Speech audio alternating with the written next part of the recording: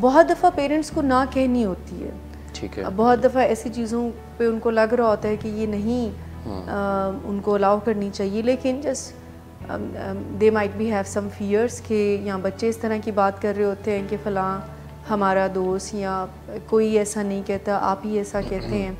سو پھر وہ ہیزیٹیٹ کر جاتے ہیں پیرنٹس اس خوف سے کہ کہیں وہ ری ایکٹ نہ کر جائے یا کہیں وہ خود ہی اس کو چیلنج نہ کر دے میری جو آرڈر ہے یا میری ول کو.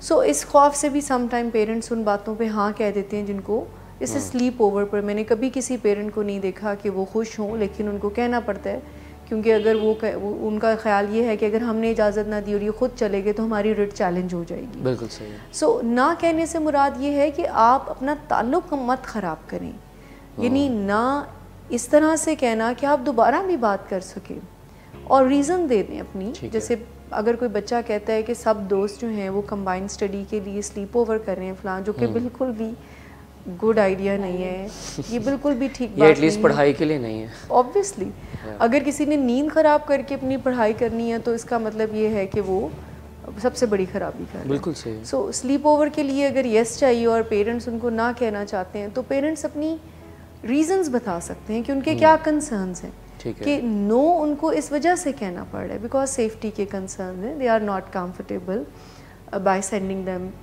کسی دوسرے کی پلیس پر.